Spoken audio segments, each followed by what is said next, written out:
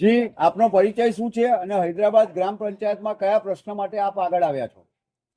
મારું નામ બુધાભાઈ ચીનીભાઈ ચૌહાણ, પૂર્વ સરપંચ છું.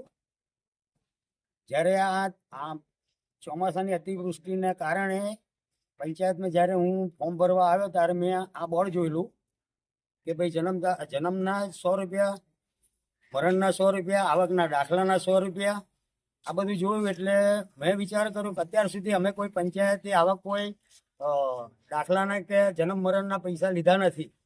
મેં સરપંચને કહ્યું કે હું પંચાયત ચોપડી વાંચું છું.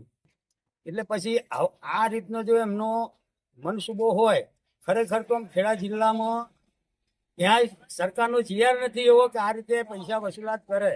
હે, આ ખરેખર એમની એક આજ સુધી થઈ પંચાયતનો ઠરાવ, અને એમને ખરેખર આ વીસી જોડે કઢાઈ અને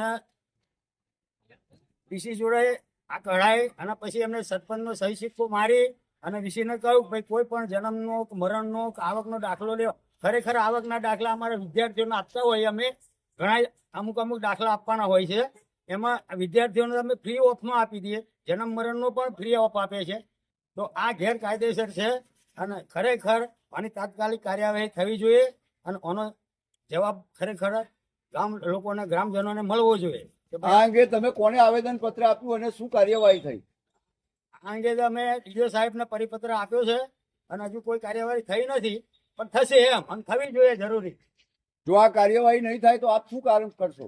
તો અમે આગળ જઈશું ને, ઉગ્ર આંદોલન કરીને આગળ જઈશું, પણ કાર્યવાહી તો થવી જ જોઈએ.